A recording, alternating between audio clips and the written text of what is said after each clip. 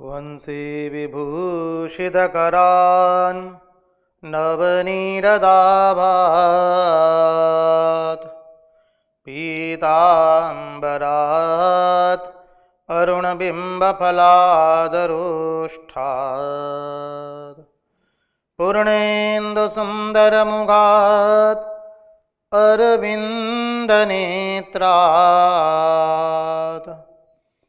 कृष्णात् परं किमपि तत्त्वम् अहं न जाने। कृष्णात् परं किमपि तत्त्वम् अहं न जाने। स्वस्ति श्रीगणेशाय नमः। श्री सरस्वत्यै नमः। श्रीगुरुभ्यो नमः। वक्रतुण्डमहाकाय सूर्यकोटिसमप्रभ निर्विघ्नं कुरु मे देव सर्वकार्येषु सर्वदा। नारायणं नमस्कृत्य नरं चैव नरोत्तमं देवीं सरस्वतीं व्यास ततो जयमुदीरयेत्।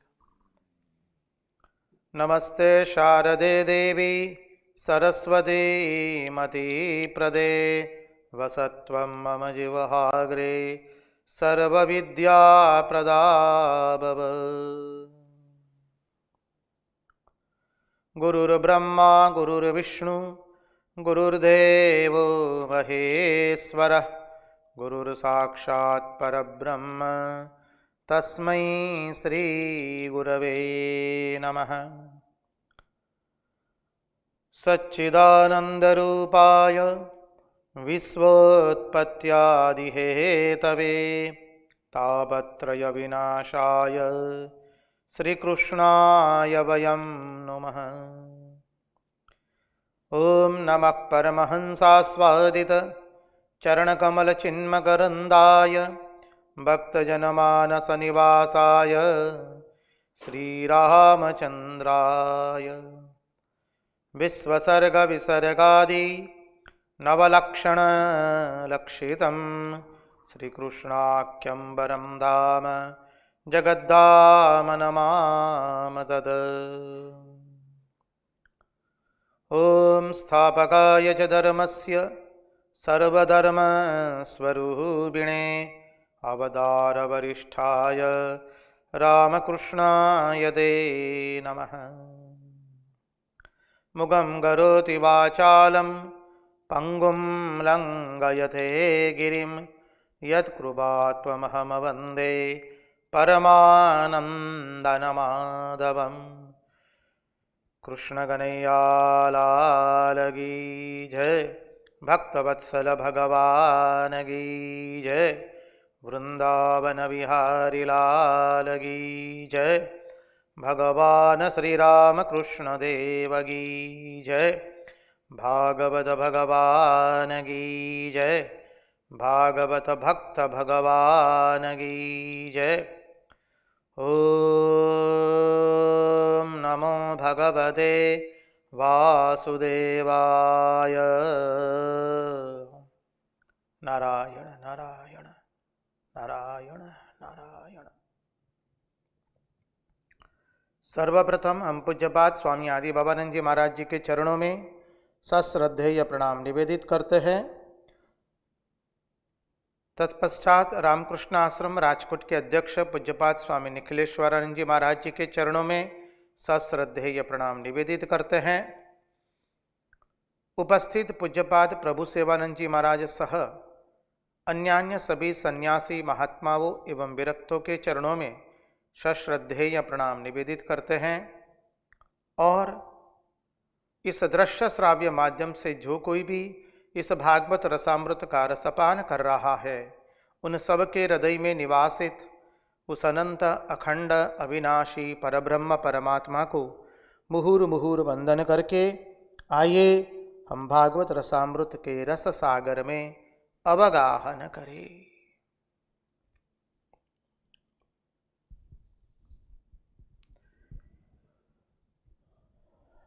यं प्रव्रजन्तमनुपेतमपेतकृत्यं द्वैपायनो विरहकातर आजुहाव पुत्रेति तन्मयतया तरवोऽभिनेदु तं सर्वभूतहृदयं मुनिमानितोऽस्मि।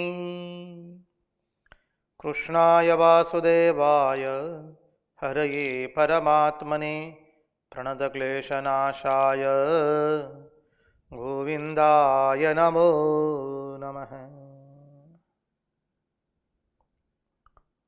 नारायण नारायण नारायण नारायण।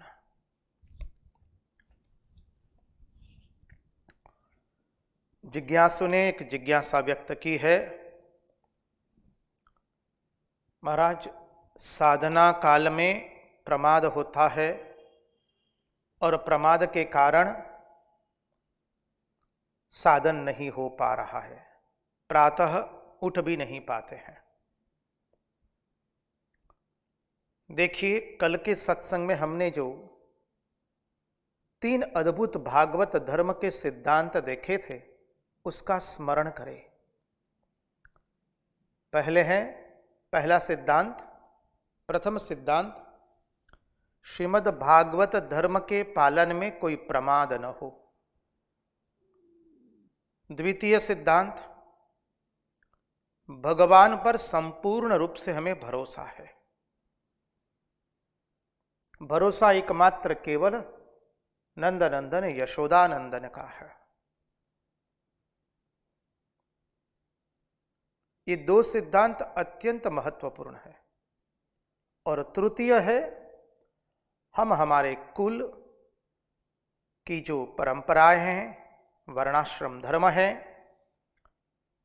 जिस आश्रम में हम हैं उस आश्रम के धर्म का, कुल की परंपराओं का, वर्णाश्रम धर्म का पालन करें।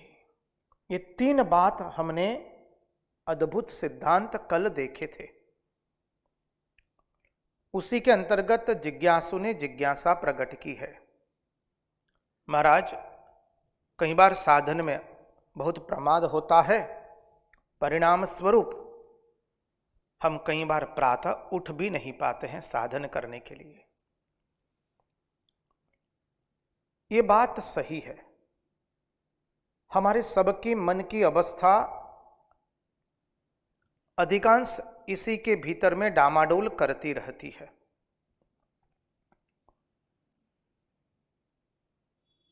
मन हमारा अनेक जन्म जन्मांतरों से केवल आहार, निंद्रा, भय एवं मैथुन का ही कार्य करते आया है। परिणाम स्वरूप उसको वही आदत हो गई है। और उस आदत को जब हम बंद करते हैं तो मन मातंगा करे तूफाना, हमारा मन भयंकर तूफान करने लगता है। देखिए, जब हम मन को उसके भोग नहीं देते हैं तो मन पूरी शक्ति से विद्रोह करना प्रारंभ करता है। और प्रत्येक साधक के साथ यह होता है, और प्रत्येक साधक को इस परिस्थिति का अतिक्रम करना पड़ता है, इस बाधा का अतिक्रम करना पड़ता है। श्री मां शारदा देवी अपने जीवन से कहते हैं, मां शारदा देवी कहती है, एक बार मेरी शरीर ठीक नहीं रहने से मैं प्रातः 3 बजे न उठ पाई, तो दूसरे दिन भी मुझे उठने की इच्छा नहीं हुई। तीसरे दिन मेरे मन को मैंने समझा दिया, 2 दिन तो उठने की इच्छा नहीं हो रही है, अब तीसरे दिन भी सोओगी तो फिर ये आदत से तुम दूर हो जाओगी। और मां ने अपने मन का बल ला करके वापस अपनी साधना का आरंभ किया। अब मां के जीवन से मां यह घटना दिखा रही है। तात्पर्य क्या है? मां हमें शिक्षा देने के लिए कहती है, देखो शरीर अस्वस्थ रहने से 1-2 दिन समझ सकते हैं, लेकिन फिर मन को वो आदत पड़ जाती है। हमारा मन जो है वो जल के जैसा है। मन का स्वभाव जल के जैसा है। जल की गति सब समय निम्नता की ओर होती है।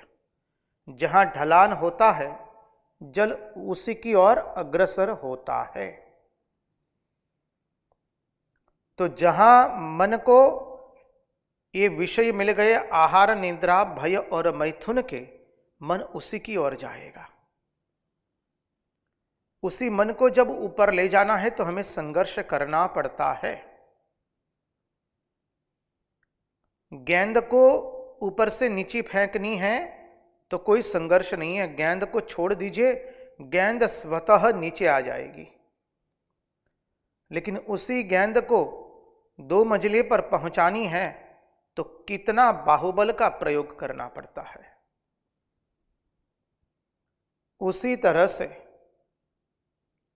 हमारा मन का है। हम मन को छोड़ देंगे तो सीधा वो आहार, निद्रा, भय और मैथुन में जाएगा। हमारे जैसे सामान्य साधक की मैं बात कर रहा हूं। इसलिए इस मन को हमें बहुत सावधान होकर के संभालना पड़ेगा। आज वही बिंदु आने वाला है। यदि हरी इच्छा हुई तो वहां तक पहुंच पाएंगे तो आ जाएगा वो बिंदु। हमें हमारे मन को बहुत संभालना पड़ेगा। देखिए, महात्मा लोग समझाते हैं, हम प्रायः प्रमाद के कारण भोर में उठ नहीं पाते हैं।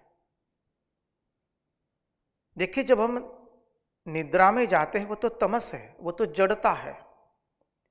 तो जड़ता में आनंद क्यों रहेगा हमारा? महात्मा लोग समझाते हैं हमको, हम जड़ता में से आनंद लेने का प्रयास क्यों करें? मन को बता दिया, भाई रात्रि को तुम 10, साढ़े 10 बजे अपनी अनुकूलता के अनुसार निद्राधीन हो जाओ, सुबह 5 बजे तक भोर में उठ जाइए या 4 बजे, जैसे आपकी शरीर की आवश्यकता हो। आप अपने शारीरिक श्रम को देख लीजिए और आप अपने समय को देख लीजिए। 6 घंटा नींद होती है तो बहुत अच्छी है, 6 घंटा तो कम से कम आवश्यक है। तो महात्मा लोग विवेक करके हमको समझा रहे, जड़ता में इतना आनंद क्यों ले रहे हो? जड़ता में आनंद का क्या बात है? और हम प्राय जड़ता में ही आनंद लेना चाहते हैं। 6 घंटे से अधिक निद्रा तो थोड़ी रोग के लक्षण भी है, हम सब लोग जानते हैं। यदि 6 घंटा कम पड़ती हो आपके शारीरिक श्रम के अनुसार तो मध्याह्न में कहीं आधा घंटा जैसा तंद्रा ले ली तो आप स्वस्थ हो जाएंगे। बोले, जड़ता में से आनंद क्यों लेना है? हमारा मन तो सब समय साधन कैसे नहीं करना उसी की ओर अग्रसर हो रहा है। क्यों? क्योंकि जन्म जन्मांतर से हमने हमारे मन को वही खुराक दिया है, आहार, निद्रा, भय एवं मैथुन का। परिणाम स्वरूप वह मन केवल वही चाहता है। और उस मन का जब हम खुराक बंद कर देते हैं तो मन मातंगा करे तूफाना, मन तूफान मचाने बैठ जाता है। इसलिए साधक को अपनी नियमावली में और अपनी नियमावली का अत्यंत बारीकाई से, सख्ताई के साथ पालन करना चाहिए। आपके गुरु प्रदत्त जो मंत्र है, आपके गुरु ने जो आज्ञा दी है प्रातः उठने की, साधन भजन करने की, उस आज्ञा से च्युत होना नहीं चाहिए। जब सुबह उठने में प्रमाद होता है, मन को हमें समझाना है, क्यों प्रमाद करोगे तुम? क्यों तुम्हें जड़ता में आनंद आ रहा है? क्यों तुम्हें विषय भोग में आनंद आ रहा है?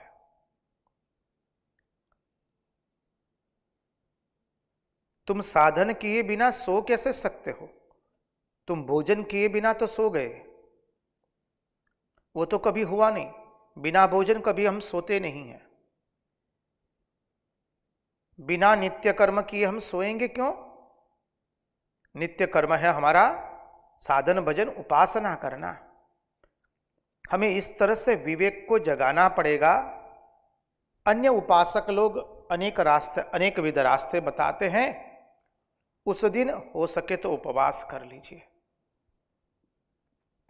एक टंक खा लीजिए, एक टंक का उपवास कर दीजिए। मध्याह्न का भोजन ले लिया या मध्याह्न का भोजन छोड़ दीजिए, सीधा रात्रि भोजन ले लीजिए, जैसे आपकी अनुकूलता हो। क्योंकि जब तक हम कष्ट नहीं देंगे शरीर को, तो वो बुरी आदत से छूटता नहीं है। इसलिए कहा कि भागवत धर्म के पालन में प्रमाद न हो। हमें प्रातः उठना ही है, जो भी आपका समय है 5 बजे या 4 बजे का उपासना का। और ऐसा नहीं कि 1 महीना उठे और बाकी के 6 महीने ना उठे। सतु दीर्घ कालेन निरंतर सत्कार्या दृढ़ सेवितो भूमि ही। ये तो निरंतर हमें करना है।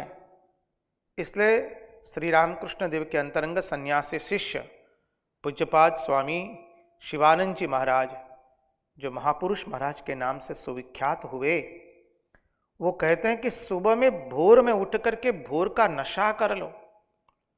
सुबह उठ करके हम अपनी उपासना का जप ध्यान का नशा कर ले, तो उस नशे में हमारा बाकी का दिन बीतता है।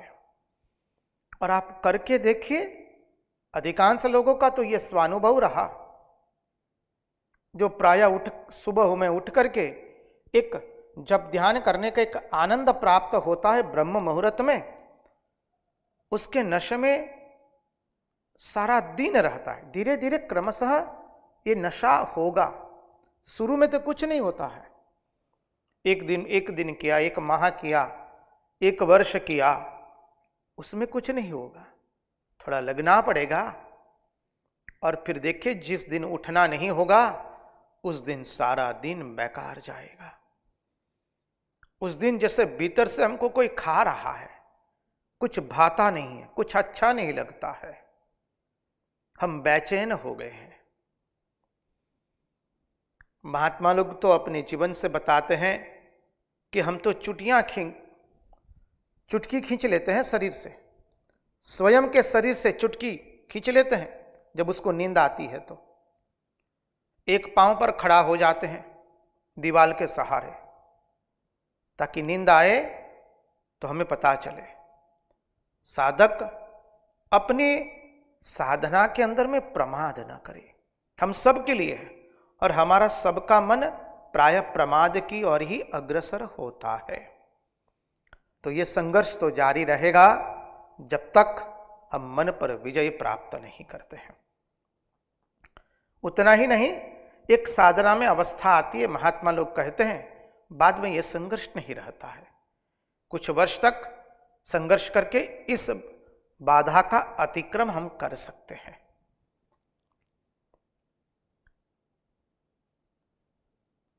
तो आगे चले अब परमहंस शिरोमणि भगवान सुखदेव जी महाराज जी के चरणों का आश्रय लेकर के आइए हम भागवत के 11 स्कंद के अंतर्गत हमें धर्म का अनुसरण क्यों करना चाहिए, उस बिंदु का दर्शन करें, उस तत्व का दर्शन करें। कल जो हमने तत्व का दर्शन किया था, भगीरथी भागवत कलि कल्मष नाशिनी, हमारा श्रीमद् भागवत महापुराण इतना अद्भुत उपदेश हमें करता है। धर्म के फल क्या है? तो धर्म का फल हमने देखा था गुणाधान एवं दोषापनयन। कृपा करके आप अपनी स्मृति पटल पर ले आइए जी। गुणाधान एवं दोषापनयन। गुणाधान क्या है? जैसे जैसे हम भागवत धर्म का अनुसरण करते हैं, पालन करते हैं, वैसे वैसे हम नई नई चीजें सीख रहे हैं, नई नई बातें हमारे जीवन में आती है, नए नए साधना के क्रम को हम समझ पाते हैं,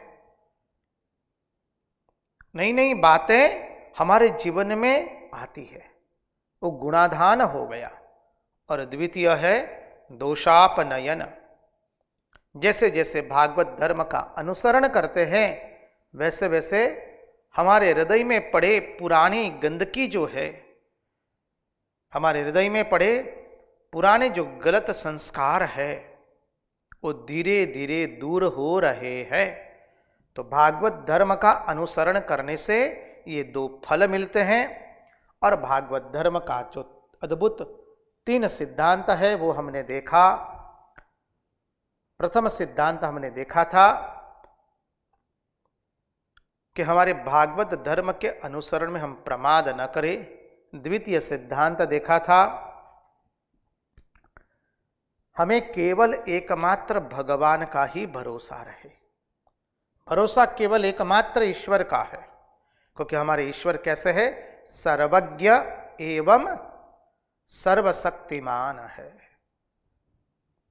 कर्तुम अकर्तुम अन्यथा कर्तुम सर्वसमर्थ है।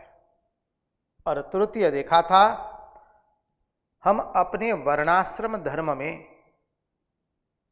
कुल की परंपराओं का अनुसरण करने में अपने स्वधर्म के अंदर में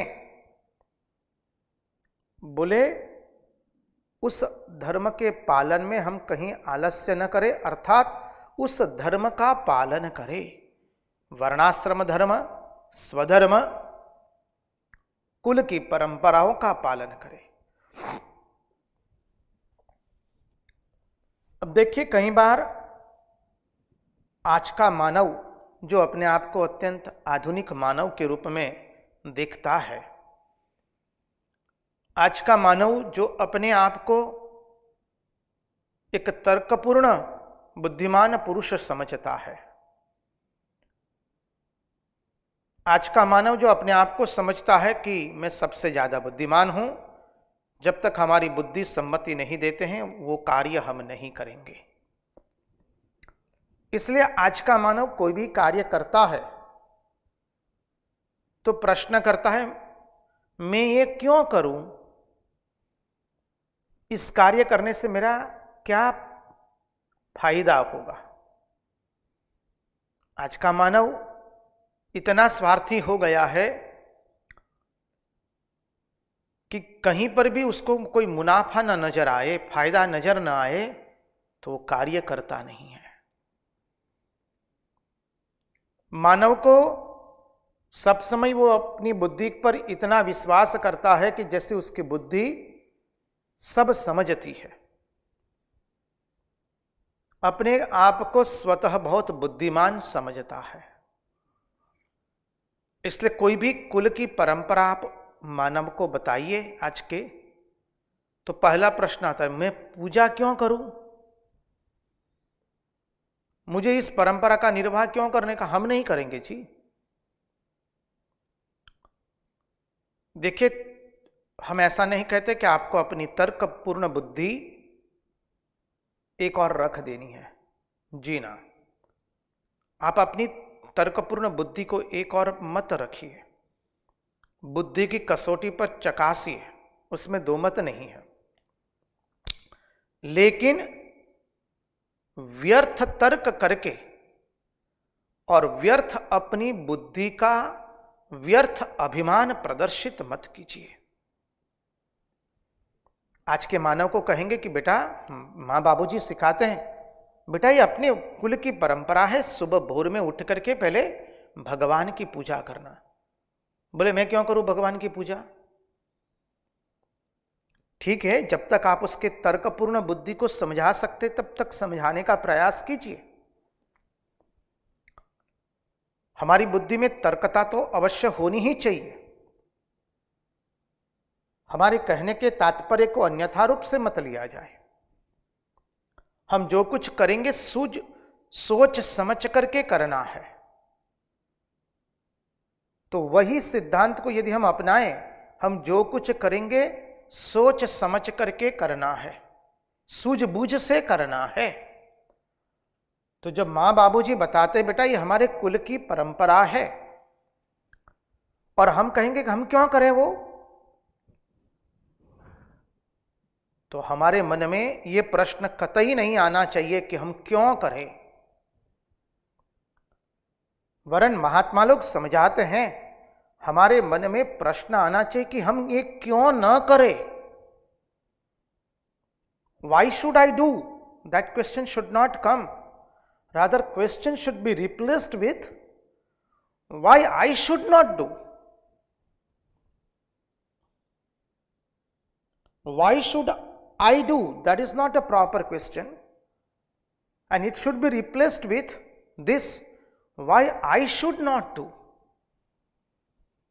When we have been told that it is the tradition of our family, our forefathers are doing this kind of wonderful service to God, and it is your prime duty to do it first, because you have been born in this family.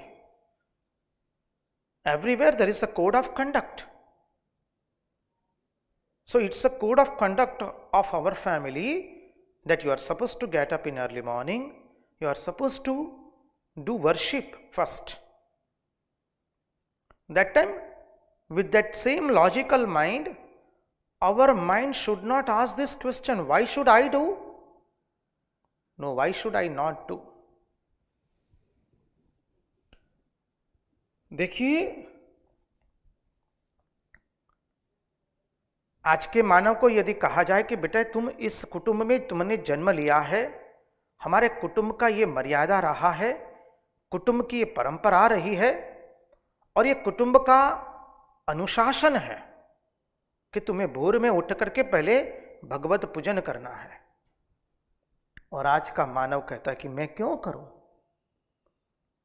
क्यों करूं। बात सही है, तुम्हारी तर्कपूर्ण बुद्धि को हम उत्तर देंगे, लेकिन थोड़ा तुम अपनी तर्कपूर्ण बुद्धि को थोड़ा और सूक्ष्म बनाओ और विवेक वाली बनाओ, तो तुम्हें प्रश्न आएगा कि मैं ये क्यों न करूं। मां बाबूजी ने बताया कि वो करते हुए आए हैं, उनके मां बाबूजी करते आए हैं, उनके मां बाबूजी करते आए हैं, ये हमारे कुटुंब की परंपरा रही है। भाई दुर्गा पूजा आती है तो हमें ये करना है, छठ की पूजा आएगी तो ये करना है, अभी तो अन्नकूट आएगा, नया साल आएगा, नए साल में गोवर्धन की पूजा की जाती है, घर में अन्नकूट बनाया जाता है, मंदिर में बड़े पैमाने पर होता है।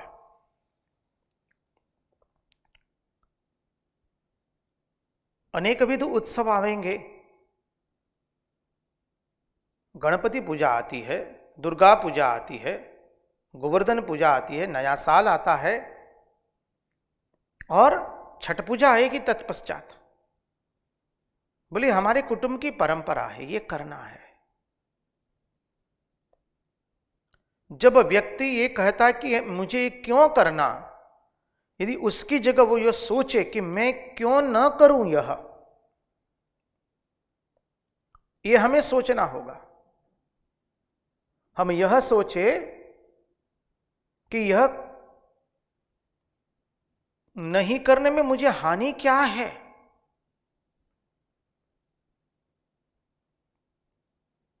हमको यह सोचना है कि यह करने में हानि क्या है, क्यों मुझे यह नहीं कार्य करना है, क्यों मैं अपने पुरखों की परंपरा नहीं संभालूंगा, क्यों मैं मेरे मां बाबूजी का आदेश पालन नहीं करूंगा। हमें यह सोचना है कि यह करने में हानि क्या है, भोर उठने में हानि क्या है, भोर में उठने में, कुल की परंपरा के अनुसार पूजन करने में भगवान का हानि क्या है। हमारे दादाजी करते थे, पिताजी करते हैं, उनके दादा दादी जी पिताजी भी करते थे। तो बोले यदि हम ये हमारे कुल की परंपरा नहीं करते हैं, पालन नहीं करते हैं, तो न करना तो हमारे भीतर में एक अभिमान खड़ा हो गया है। बोले हम नहीं करेंगे ये पूजा। बोले तुम अभिमानी क्यों बने? बोले हम ये पूजा नहीं करेंगे, इस परंपरा का निर्वाह नहीं करेंगे। वो तो एक अभिमान की बात है। स्वयं को बुद्धिमान समझना वो तो एक अहंकारी की बात हो गई। अब हम समझते हैं कि यह करना बेकार है। बोले it has no meaning to get up in early morning and to do all worship Swami ji. There are so called modern people, they say it's a wastage of time. They do not feel wastage of time when they are simply passing their time on social media. मनुष्य वो सोचता है कि सुबह भोर में उठ करके भगवान की पूजा करना, बोले वो सब व्यर्थ है, समय की बर्बादी है। उस व्यक्ति को मोबाइल पर सोशल मीडिया में समय व्यतीत करना वो उसके लिए समय की बर्बादी नहीं है। क्यों ऐसा हो रहा है? क्योंकि उसने कभी अपने मन को यह प्रश्न नहीं किया है कि ये मेरे पुरखों की परंपरा को पालन करने में हानि क्या है। मैं जब ये सोचता हूं कि मैं बुद्धिमान हूं और इस परंपरा का निर्वाह नहीं करूंगा, तो हमने हमारे मां बाबूजी को ही बुद्धू ठहरा दिया कि हमारे मां बाबूजी बुद्धिहीन है। अरे क्या हमारे मां बाबूजी बुद्धिहीन है? हमारे पुरखे क्या बुद्धिहीन थे जो आज इतने सालों से हमारे कुल की परंपरा चली आ रही है? कई लोग कहते हैं श्राद्ध विधि तो बोले वो बुद्धों का कार्य। वाह रे वाह, तेरी बुद्धि को तो भाई बहुत ही बहुत धन्यवाद देना चाहिए। इतने सालों पुरानी परंपरा, हजारों वर्ष पुरानी परंपरा तुमको आज गलत लगने लगी। दो चार शब्द कहीं आज के वर्तमान समय के कोई तात्विक चिंतक के, वो भी पश्चिम के चिंतक के कहीं से कोई शब्द उठा लिए और उसको रटने में तुम स्वयं को बहुत बड़ा बुद्धिमान समझते हो। स्वामी विवेकानंद कहते हैं ना, there are some people who are biased to the science. कई लोग ऐसे होते हैं जो विज्ञान के अंधश्रद्धा रखते हैं। बोले साइंस ने कहा है क्या? साइंस मानता है क्या? अब क्या किया जाए? ये जीवन की कैसी बड़ी दुर्दशा है।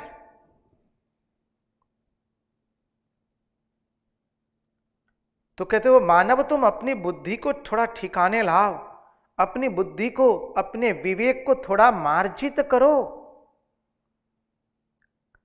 बोले हम हमारी कुटुंब की परंपरा का अवश्य पालन करेंगे, हमारी संस्कृति का पालन हम करेंगे। संस्कृति का जतन नहीं करेंगे तो किसका हम जतन करेंगे? हम हमारी मातृभाषा का जतन करेंगे, हमारी कुल की परंपरा का जतन करेंगे, हमारी संस्कृति का जतन करेंगे। आपकी संस्कृति में जो भी हो, दांडिया रास हो, गरबा हो, कथक हो, उड़ीसी हो, भरतनाट्यम हो, जो भी नृत्य हो, जो भी आपकी संस्कृति हो, जो भी आपकी भाषा है, जो भी आपके कुल की परंपरा है, उसको तोड़ना सर्वथा अनुचित है। इसलिए पूज्यपाद विद्यारण्य स्वामी जी बहुत इस बात पर ध्यान देते हैं। विद्यारण्य स्वामी जी कहते हैं traditions are to be maintained. कुल की परंपराओं का तो हमें निर्वाह करना ही है। और श्री रामकृष्ण देव के जीवन से देखिए, उन्होंने एक भी परंपरा नहीं तोड़ी है। अवतार का एक भी पांव बेताल नहीं पड़ता है।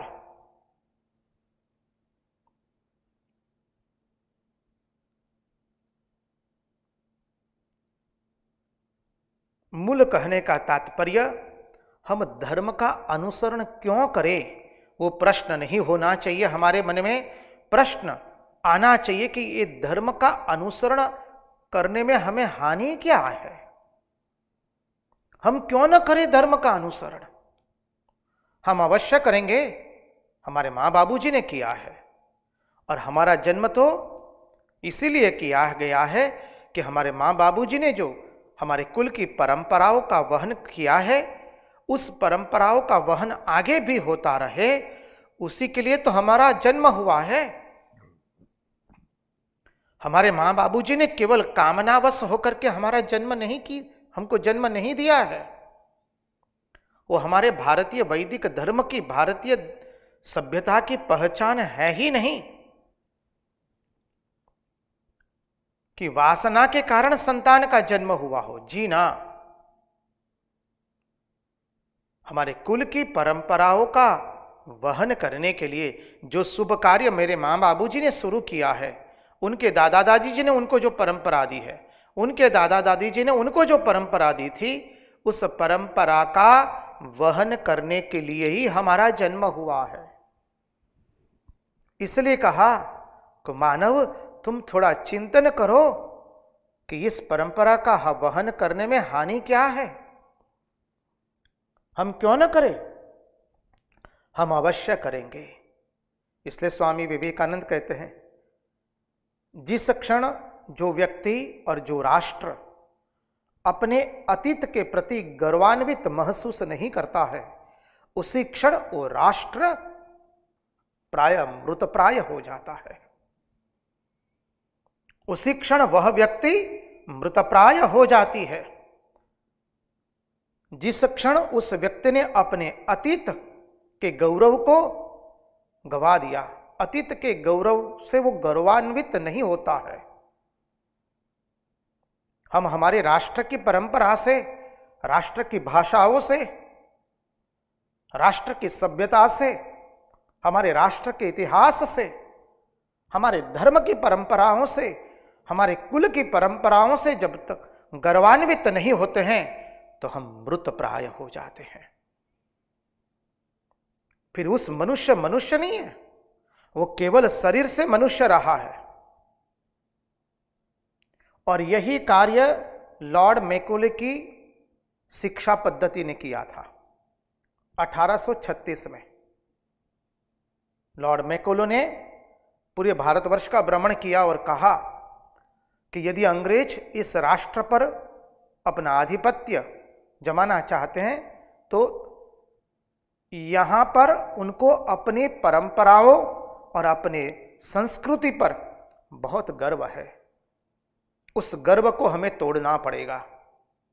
इसलिए उनको समझाना पड़ेगा, तुम्हारे पूर्वजों ने तुमको जो कुछ भी सिखाया है वो व्यर्थ है, अर्थहीन है, उसका कोई मतलब नहीं है, वो पागलों की बात है।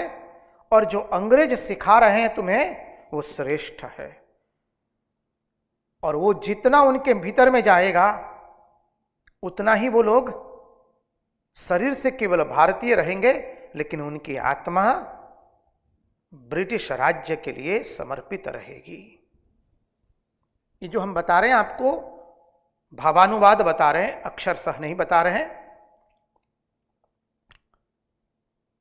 और लॉर्ड मैकॉले ने कहा, मेरी ये अंग्रेज शिक्षा पद्धति यही कार्य करेगी। Indians will remain Indians only in body, physical, as a physical body, but their heart and soul will be dedicated to the British rule. और आज उसका हम प्रभाव देख रहे हैं अत्र तत्र सर्वत्र। साथ साथ में देखिए, उसी 1836 में अंग्रेजों ने यह तय कर दिया कि भारत को किस तरह से अभी पराजित करना है। भौगोलिक रूप से पराजित हो गए, राजनीतिक रूप से पराजित हो गए। ये पराजित हम पहले भी हो चुके हैं।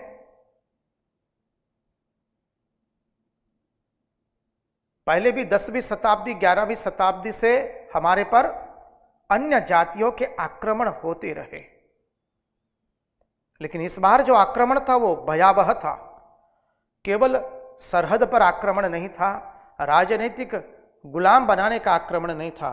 इस बार तो समूची बुद्धि का परिवर्तन करके बुद्धि को भ्रष्ट करने का भी आक्रमण हुआ है। पूर्व के आक्रांतकारी इतने बुद्धिमान नहीं थे। इस बार के आक्रमण करने वाले अत्यंत कनिंग है, कहते हैं ना अंग्रेजी में आप लोग, ही इज अ कनिंग,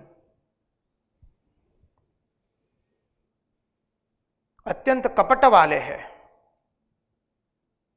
और उन्होंने वो करने का प्रयास किया। आज जो हम हमारे वर्तमान भारतीय को अपनी परंपरा से वो गौरवान्वित नहीं होता है, उसमें ये आज की ये शिक्षा पद्धति ही बहुत कुछ जिम्मेवार है।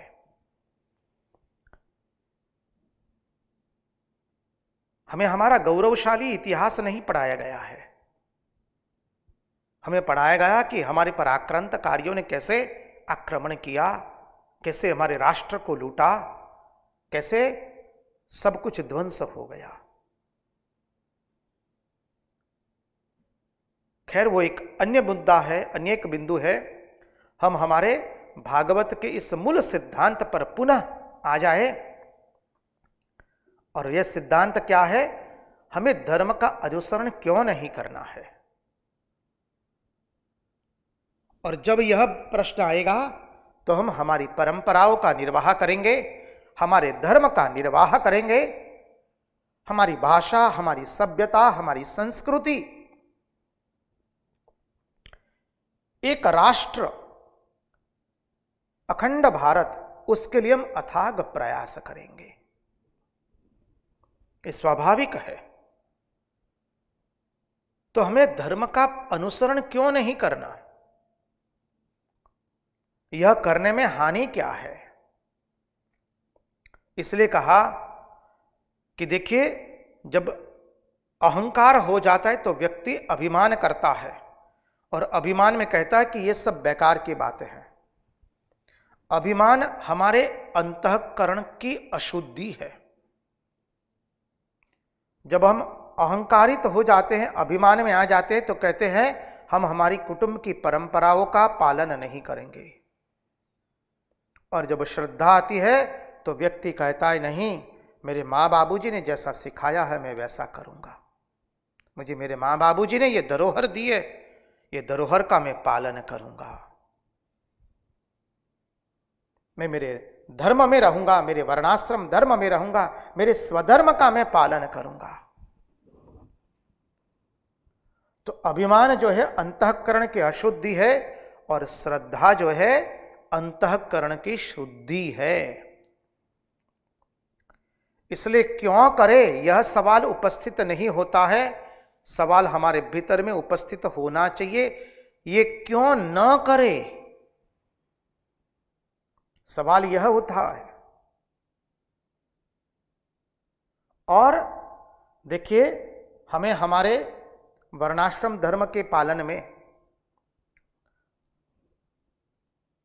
गृहस्थ धर्म में हाँ यदि तो दान करना, तीर्थ यात्रा आदि करना, महात्माओं की सेवा करना, गरीब दीन दुखी, गरीब दरिद्र नारायण, रोगी नारायण, गरीब छात्रों को शिष्यवृत्ति से पढ़ाना, समाज में जो कुछ आपको मिला है वो वापस आप समाज को देंगे, उस दृष्टि से आप समाज की सेवा करेंगे। भिन्न भिन्न तरह से संस्कृति की रक्षा करके, भाषा की रक्षा करके, सभ्यता की रक्षा करके, अपनी परंपराओं की रक्षा करके, और ये सब कार्य करना है हमें निष्काम भाव से, कुछ पाने के लिए नहीं करना है। श्रद्धा से करेंगे, हम दान करेंगे तो कुछ पाने के लिए नहीं, कि हमारा नाम तख्ती पर लग जाए, हमारा नाम की प्रशंसा हो जाए, उसके लिए नहीं। हम तीर्थ करेंगे तो लोगों के सामने डींगे हाँकने के लिए तीर्थ नहीं करेंगे, कि जानते हमारे तो 12 ज्योतिर्लिंग हो गए, 7 पुरी भी हो गई, शक्तिपीठ भी हो गए, पूरा भारतवर्ष परिभ्रमण भी हो गया। ठीक है, अच्छी बात है, आपने तीर्थ यात्रा देखी, लेकिन आपका अंतःकरण कितना पवित्र हुआ वो भी तो देखिए।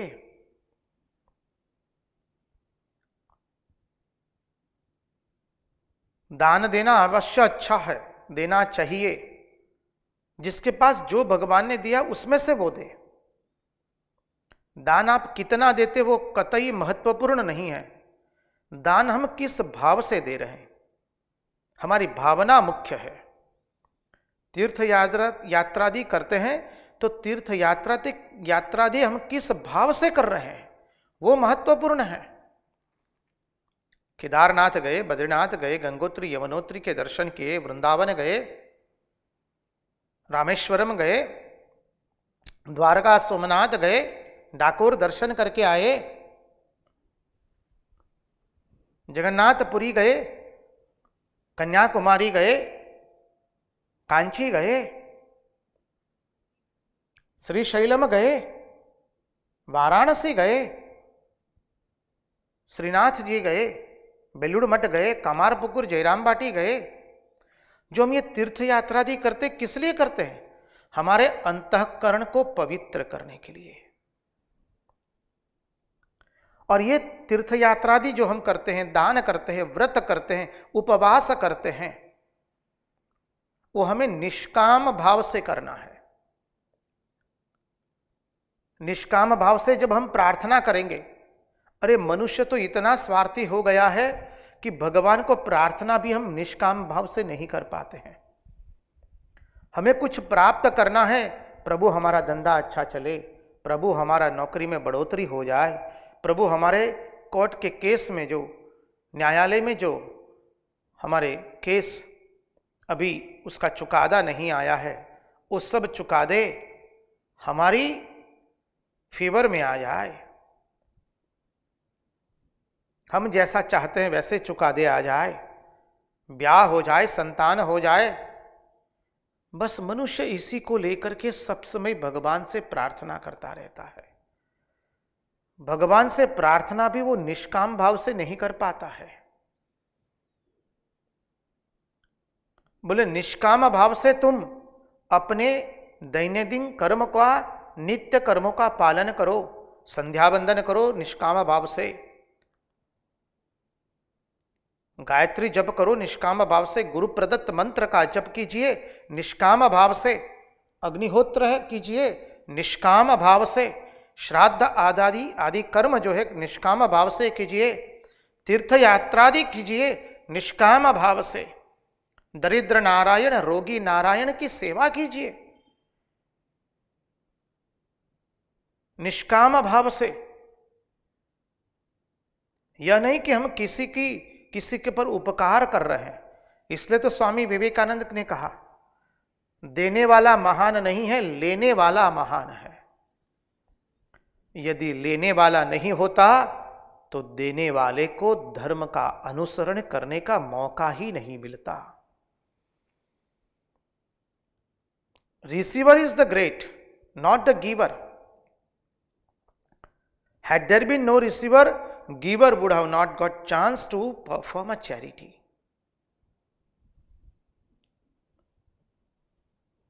इसलिए लेने वाला महान है, देने वाला महान नहीं है। ये तो भगवान का है, हम भगवान को अर्पण कर रहे हैं। भगवान ही भिन्न भिन्न रूप में है। रोगी नारायण भी वही है, दरिद्र नारायण भी वही है, सब रूप में वही निवाहन। उसी भगवान का दर्शन करके हम उसी भगवान से हमें जो कुछ मिला है वो उन्हीं को दे रहे। हम तो एकमात्र डाकिया है, डाकिया डाक लेके आता है।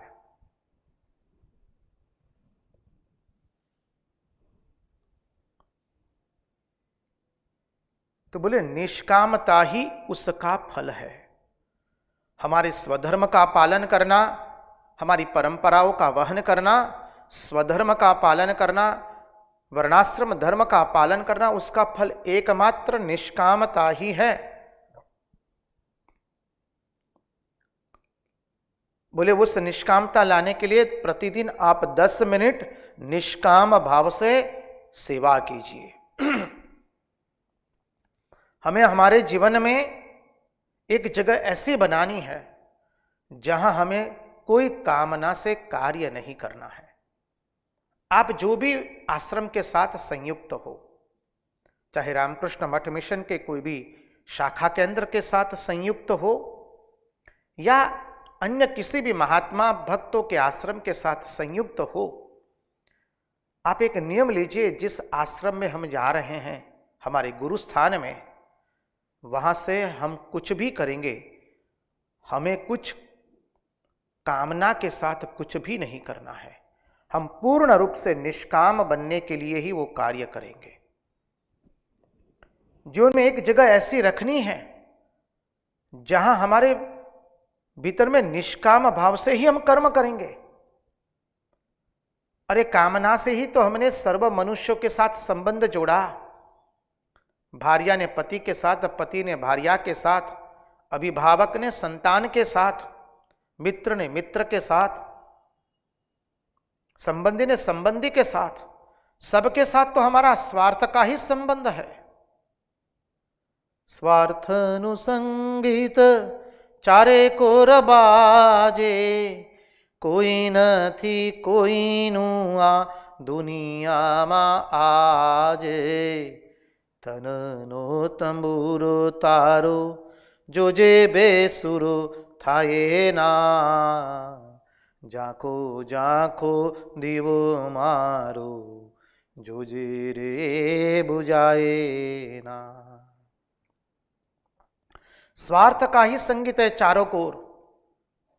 इसलिए अपने जीवन में नियम बनाइए। आप जब भी आप अपने गुरु आश्रम में जाएंगे, गुरु के घर जाएंगे, रामकृष्ण मठ मिशन के कोई भी शाखा केंद्र में जाएंगे, भले 10 मिनट आप बैठिए, 5 मिनट बैठिए, लेकिन 5 मिनट निष्काम भाव से भगवान को प्रार्थना करने के लिए बैठिए।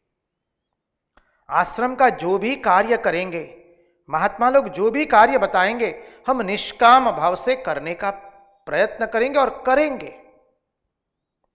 इस जगह से हमें कुछ लेना नहीं है। हम यहां आए हैं केवल देने के लिए। हम सम्मान लेने आश्रम में नहीं आते हैं, सम्मान देने आते हैं। सम्मान लेने के लिए बहुत जगह रखी है हमने कि महात्माओं से भी और आश्रम में भी क्या सम्मान लेने के लिए आए हैं, तो हमारा तो आना ही व्यर्थ हो गया। हम आश्रम में केवल देने के लिए आए। क्या दे सकते हम? उन्हीं का उन्हीं को दे रहे हैं। तेरा तुझको अर्पण क्या लागे मेरा। निष्कामता का हमें अभ्यास करना पड़ेगा और वो अभ्यास धीरे धीरे बढ़ता है। एकदम अभ्यास करने जाएंगे, 2-4 दिन कर पाएंगे, फिर जैसे थे। क्योंकि हम संसार में सभी से बिना कामना का कोई हमारा संबंध नहीं होता है, लेकिन यहां पर हम बिना कामना से संबंध रखेंगे। कुछ भी सेवा कार्य करेंगे, हमें कुछ नहीं चाहिए, हमें केवल भगवान हमारा अंतःकरण पवित्र कराइए। यही भावना से हम कार्य करेंगे। सारे कर्म तो हम वासना से ही करते हैं, कामना से ही करते हैं।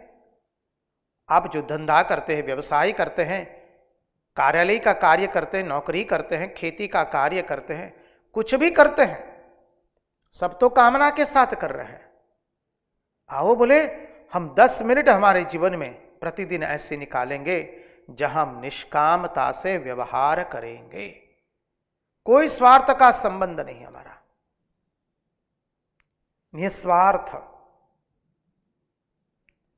हमें जीवन में 10 मिनट ऐसी रखनी है कि बिना किसी कामना से हम भगवान के साथ बातचीत करेंगे, बिना किसी कामना से भगवान से हम व्यवहार करेंगे। इसलिए कहा कि वर्ण, आश्रम और कुल के जो आचार है उसको निष्कामता से उसका हमें पालन करना है। उसका पालन इसलिए हम नहीं कर रहे कि उससे हमको कुछ प्राप्त होगा, हमको कुछ मिलेगा। आज का मानव कहता है ना, अच्छा ये कुल की परंपरा का वहन करने से हमको क्या मिलेगा? भैया गजब हो, सबको सबसे आपको कुछ न कुछ लेना ही है ना। क्या हम भिखारी बन चुके हैं इतने क्या? यदि मुझे कुछ ना मिले तो मैं कुछ करूं ही नहीं, वो तो स्वस्थ मनुष्य के मन की निशानी नहीं है। कुछ कर्म हमें बोले कुछ हमें मिलने वाला नहीं है, हमें आनंद मिलने वाला है। किसका आनंद? निस्वार्थता का। इसलिए स्वामी विवेकानंद कहते unselfishness is the testimony of God. निस्वार्थता ही ईश्वर का स्वरूप है। हम जितने निस्वार्थ बन करके हमारे वर्णाश्रम धर्म के कुल की परंपराओं के हमारे स्वधर्म का पालन करेंगे, उतना ही हम भगवान के मार्ग में अग्रसर होंगे। इसलिए हम अपने धर्म का पालन कर रहे हैं निष्काम भाव से कर्म करने के लिए, और उससे क्या होगा, हमारा हृदय पवित्र होता है, हमारे दोष दूर होते हैं। इसलिए भागवत भगवान कहते अन्विक्षेत विशुद्धात्मा देहिनाम विषयात्मनाम। बहुत सुंदर बिंदु आता है, अन्विक्षेत देहिना विशुद्धात्मा विषयात्मना। अब बताते हैं कि आदमी निष्काम कैसे हो जाएगा। राताराती तो हम निष्काम नहीं होते हैं। निष्काम होने के लिए हमारे भीतर में विवेक होना चाहिए, वैराग्य आना चाहिए।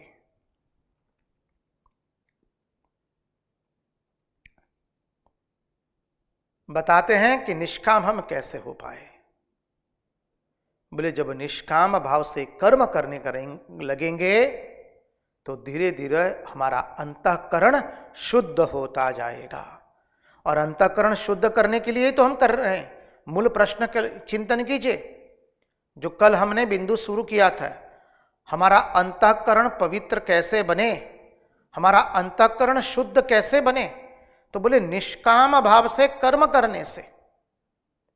जितना हम निष्काम भाव से कर्म नहीं करेंगे उतने ही हमारे अंतःकरण अपवित्र रहेगा। कई लोग तो आश्रम का कार्य करके सब सारे पूरे जगत के अंदर में ढंढेरा पिटते हैं, डोरी पिटवाते हैं जी, और सबको कहते रहते जानते हमने कितना किया है। अरे भाई ये तो जगन्नाथ जी का रथ है। भाग्यवान तो वह है जिसको खींचने का सुअवसर मिला है। ये हमारे खींचने से खींचा जाने वाला नहीं है। ये रथ तो स्वतः ही चलने वाला है। हम भाग्यवान हैं जो हमें खींचने का एक सुअवसर मिला है। Blessed are those who have been given chance to pull it. हम भाग्यवान हैं जो हमें रथ खींचने का सुअवसर मिला है। तो कहते अनविक्षेत। अनविक्षेत मानी अनवीक्षण करो। जैसे खुर्दबीन से, दूरबीन और खुर्दबीन दो होते हैं। दूरबीन दूर का दिखाई देख सकते, दूरबीन से दूर, बहुत दूर कोई चीज है तो उसको हम नजदीक से देख सकते हैं। खुर्दबीन क्या है, जो छोटी छोटी चीजें हैं वो दिखा देता है। तो कहते हैं खुर्दबीन से महीन चीज देखी जा सकती है। तो हम हमारे मन को खुर्दबीन बनाएं। अपने मन को साफ करने के लिए हम अपने मन का बारीकाई से अत्यंत कुशलतापूर्वक उसका निरीक्षण करें, उसका अवलोकन करें, अपने विचारों को देखें, कहां हमारे में स्वार्थ परायणता आ रही है। इसलिए कहते दुनिया में जो लोग हुए हैं उनका अवलोकन करो। देखिए वैराग्य तो दुनिया को देखने से ही होता है। ब्रह्म की प्राप्ति के बाद वैराग्य नहीं होता है। हमने देखा है, भागवत के पिछले सत्संगों में हमने चिंतन किया है। वैराग्य तो जगत के लोगों को देखने से, ये जगत को देखने से ही वैराग्य आता है। इसलिए तो श्री रामकृष्ण देव ने कहा, ओ हृदय यदि जगत सत्य होता तो मैं कामार पुकुर को सोने से मढ़ देता।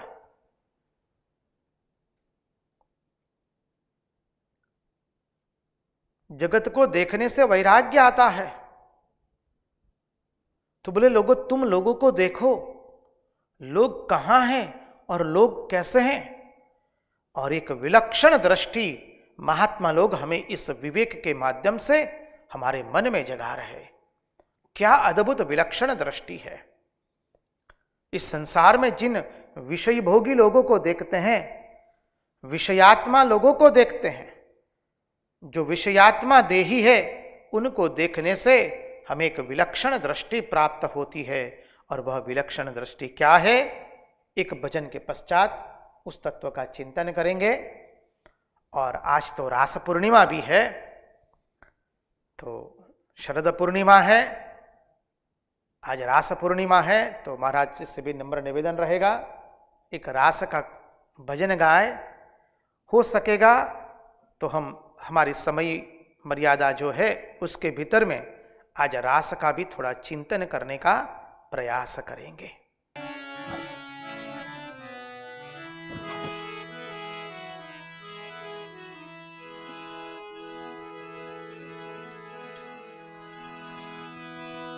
ओ श्याम,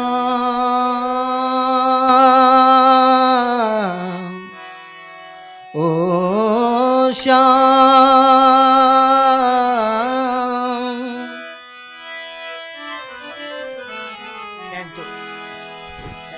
तारा विना श्याम ने एक लड़ू लागे, रस रमवान वेलो आवजे। तारा विना श्याम ने एक लड़ू लागे, रस रमवान वेलो आवजे।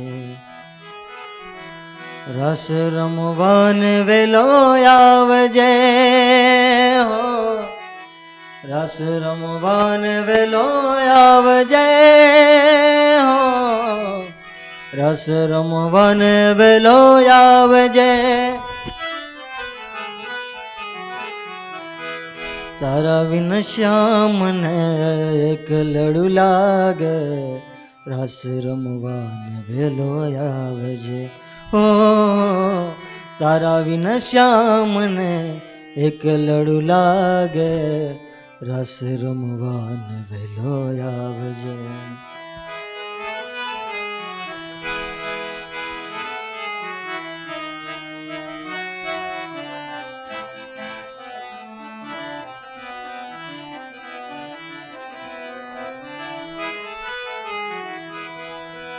ओ शरद पूनमनी रातड़ी हो, चांदनी खिली छे भली भातनी।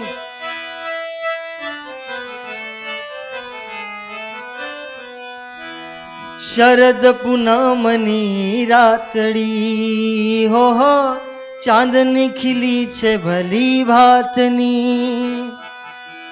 तू न आवे तो श्याम रस जामे न श्याम, तू न आवे तो श्याम रस जामे न श्याम।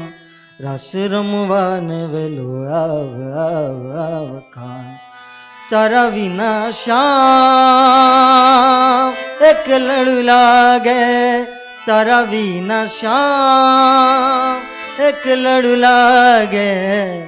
रस रमवान वेलो आवजे हो, रस रमवान वेलो आवजे। तारा बिन श्याम ने एक लड़ू लागे, रस रमवान वेलो आवजे। हो तारा बिन श्याम ने एक लड़ू लागे, रस रमवान वेलो आवजे।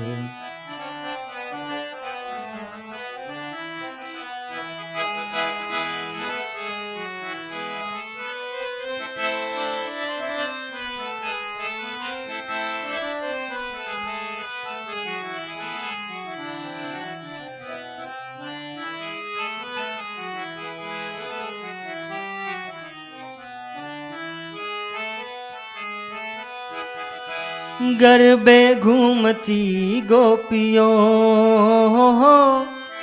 सुनी छे गोकुल निशेरियो।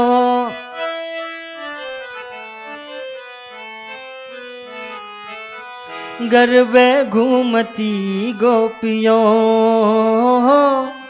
सुनी छे गोकुळनी शેરીઓ सुनी सुनी શેરીઓમાં ગોકુળની ગલીઓમાં સુની સુની શેરીઓમાં ગોકુળની ગલીઓમાં રસ રમવાને વેલો આવકાન તારા વિના શ્યામ એક લડુ લાગે તારા વિના શ્યામ એક લડુ લાગે રસ રમવાને વેલો આવજે હો રસ રમવાને વેલો આવજે તારા વિના શ્યામને એક લડુ લાગે રસ રમવાને વેલો આવજે હો તારા વિના શ્યામને એક લડુ લાગે રસ રમવાને વેલો આવજે ઓ શ્યામ ઓ શ્યામ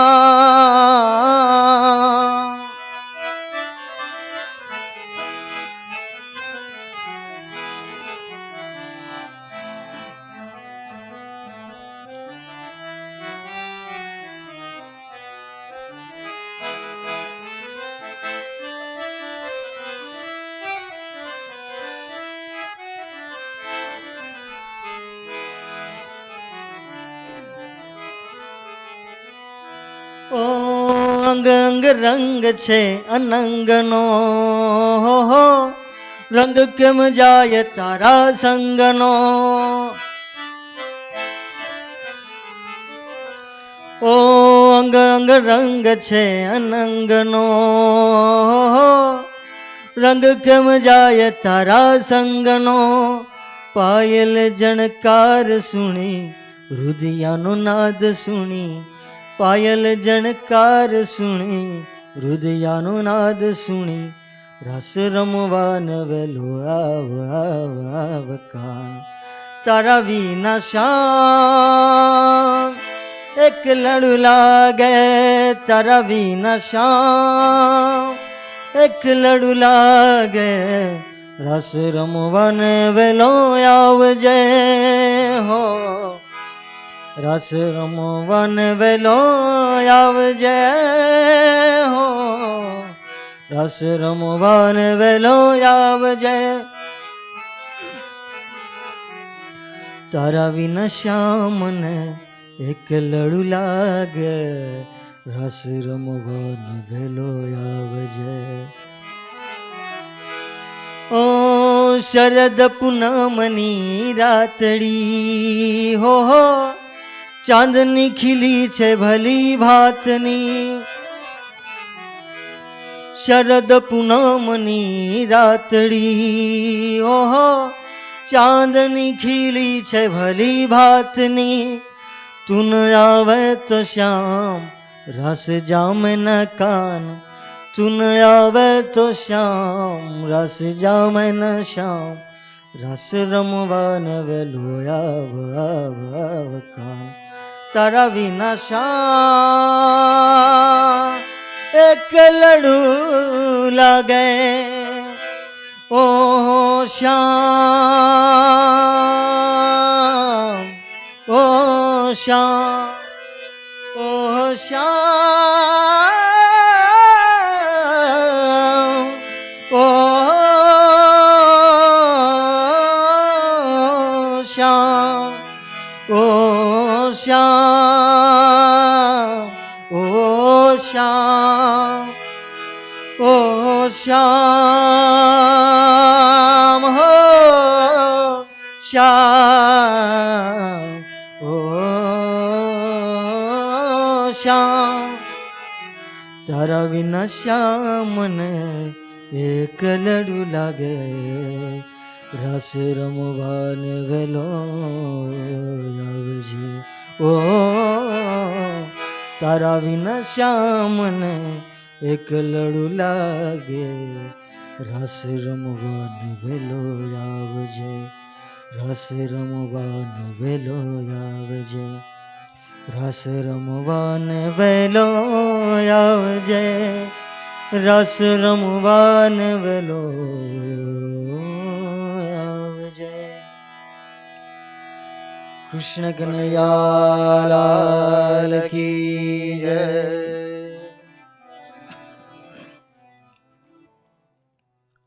તો તારા વિના શ્યામ એકલડું લાગે, રાસ રમવાને वैलो आवजे.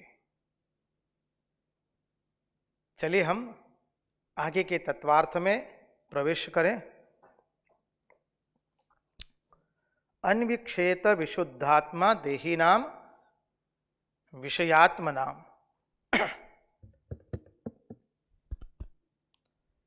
अन्विक्षेत माने अन्वीक्षण करो. स्वयं के मन का हमें अन्वीक्षण करना है. जगत को देखने से हमें वैराग्य आता है.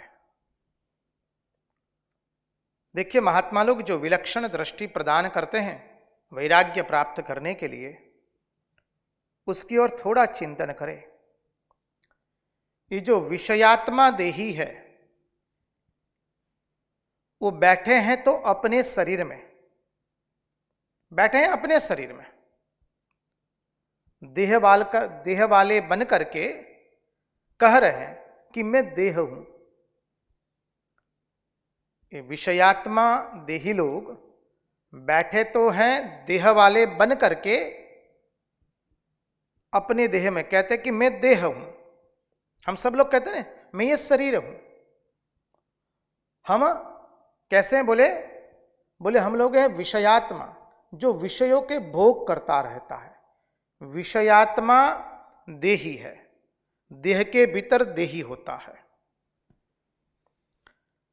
तो विषयात्मा देही बैठे तो हैं अपने देह में और बोलते हैं मैं देह हूं, पर तनिक यदि हम चिंतन करें कि उनका मन कहां है. हम तो अपने शरीर को मैं यह हूं यह कहते हैं. बोले आपका परिचय? बोले हम ये 3.5 हाथ का जो हमारा शरीर है ये वही हमारा परिचय है. तो बोले हम बैठे हैं तो अपने देह में मैं देह हूं ऐसा कहते हैं, लेकिन तनिक सोचिए हमारा मन कहां है. अब महात्मा लोग एक विलक्षण जो दृष्टि देते हैं वो कहते हैं कि मन विषय में है. मन कहां है? मन देह में नहीं है, मन विषय में है.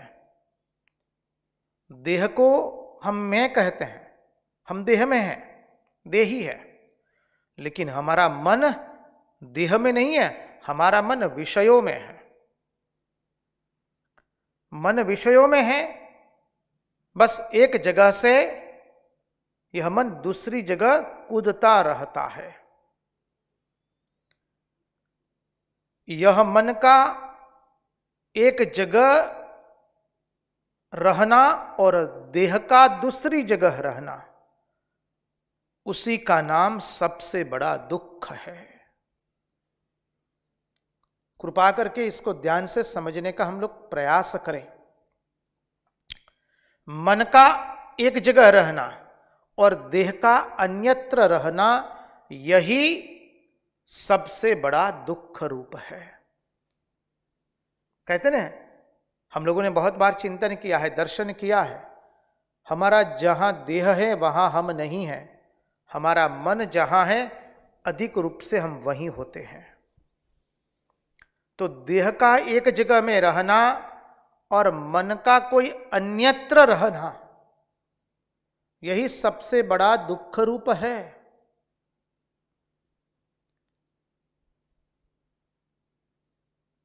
बैठे हैं तो सत्संग में हम लोग, लेकिन हमारा मन जा रहा है घर के विषयों में, किसी के कपड़े में, किसी के श्रृंगार में, किसी की चेष्टाओं में. अब बताइए, हम शरीर से वहां हैं सत्संग में, शरीर से सत्संग में है, पर मन से हैं क्या? बोले मन से बिल्कुल आप सत्संग में नहीं है. श्री रामकृष्ण देव ने उदाहरण दिया है. रामकृष्ण कथामृत में। दो मित्र थे, एक मित्र गणिका के वहां गया और दूसरा मित्र भागवत सुनने गया। भागवत सुनने जो मित्र गया है वो भागवत सुनते सुनते चिंतन कर रहा है कि मेरा मित्र वहां पर क्या भोग कर रहा है और मैं यहां भागवत सुन रहा हूं। और जो भोग करने गया था गणिका के वहां, वासनाओं का भोग करने गया था, वो सोच रहा है मैं कितना अधम हूं, मेरा मित्र कितना पवित्र कार्य कर रहा है, भागवत सुन रहा है और मैं यहां विषयों का भोग कर रहा हूं। अब हुआ यूं कि वहीं पर ऐसी कुछ घटना घटी, दोनों मर गए। तो जो गणिका के वहां गया था उसको लेने के लिए भगवान के दूत आते हैं, और जो भागवत सुनने गया था उसको लेने के लिए यमदूत आते हैं। अब जो भागवत सुनने गया था वह मित्र कहता है कैसी बात है, हमारा मित्र तो गणिका के वहां गया था, उसको लेने के लिए भगवान के दूत आए और मुझे लेने के लिए आप यमदूत आए। तब यमदूतों ने कहा कि वो गया था गणिका के वहां लेकिन उसका मन भागवत में था, और तुम थे शरीर से भागवत रूप में लेकिन तुम्हारा मन था उस गणिका के वहां। देखिए, हम देह से एक जगह रहते और मन से अन्यत्र रहते हैं, यही सबसे बड़ा दुख है। हम अधिकांश रूप से जहां देह से होते हैं वहां हम होते नहीं हैं, हमारा मन जहां होता है वहां हम होते हैं।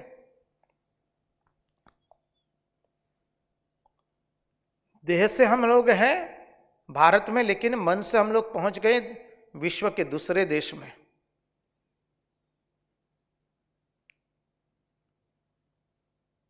उदाहरण बताते हुए कहते हैं महात्मा लोग, एक गृहस्थ है, उसने अपने सुंदर गृह का निर्माण किया और उसकी भार्या थी जो उससे कुछ खटराग हुआ तो भार्या घर द्वार छोड़ करके चली गई है।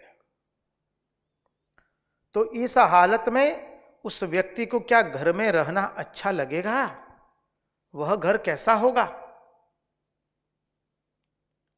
उसका सुख कैसा? फिर बोले भार्या नहीं है, बच्चे नहीं है, तो इस सुख कैसा फिर घर बनाने का? महात्मा लोग कहते बस यही उदाहरण अपने लिए ले लो। ये शरीर जो है हमारा घर है, आत्मा जो है वो घर का स्वामी है, और भार्या जो है वो चित्त वृत्ति है। हम शरीर से तो एक जगह में रहते हैं लेकिन हमारी चित्त वृत्ति सदैव भागती रहती है।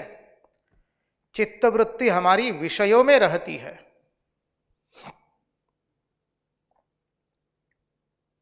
चित्त वृत्ति आत्मा में नहीं रहती है, चित्त वृत्ति आत्मा के चिंतन में नहीं रहती है, चित्त वृत्ति स्वस्वरूप के चिंतन में नहीं रहती है। चित्त वृत्ति तो सदैव भागती रहती है, कुदका लगाते रहती है। हमारी चित्तवृत्ति कहाँ गई? बोले कहीं संगीत सुनने गई है, किसी से भेंट करने गई है, किसी से कोई सुस्वादु व्यंजन खाने गई है, कहीं कुछ सुगंधित द्रव्य सूंघने गई है, किसी के घर खाने गई है, किसी को निहारने गई है। ये सब जगह हमारी चित्तवृत्ति गई हुई है, और ये घर में हम बैठे हैं। ये शरीर वो घर है, आत्मा वह घर का स्वामी है, और चित्तवृत्ति भार्या बोले वो घर से बाहर है। अब स्वामी घर में हो, भार्या घर से बाहर हो, घर भी है, घर वाला भी अर्थात घर का स्वामी भी है, लेकिन बोले श्रीमती जी कहाँ हैं? बोले वो तो नदारद हो गई है।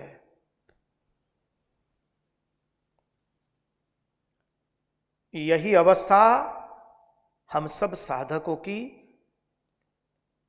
है।